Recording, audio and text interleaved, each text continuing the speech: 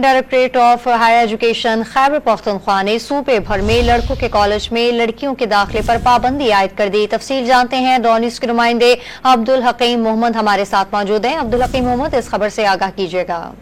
ये जी बिल्कुल, higher education department ने एक एलामिया जारी किया है और इस एलामिया में जो लड़कों के कॉलेज में दाखिले पर पाबंदी आयद कर दी गई है। और ये कुछ यूं हुआ करता था कि जो बीएस की एडमिशन के लिए तालबात थी तो वो उनके आसपास के मुतल्लिका कॉलेजेस में उसी बीएस का सब्जेक्ट होते हुए भी लड़कों के कॉलेज में दाखिला लेते थे।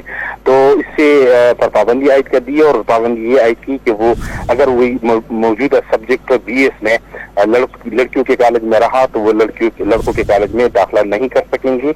और इससे इलामिया में ये भी कहा गया है कि जिसका मकसद ये है कि लड़कियां अपने मुतल्लिका कॉलेजों में एडमिशन नहीं करते थे और लड़कों के कॉलेजों पर बोझ पड़ता था, इससे ज्यादातर लड़के जो है बीएस के दाखिले से रह जाते थे, इसलिए ये इकदाम उठाया गया है। तफसील अपडेट कर रहे थे अब्दुल हकीम मोहम्मद, आपका बहुत शुक्रिया।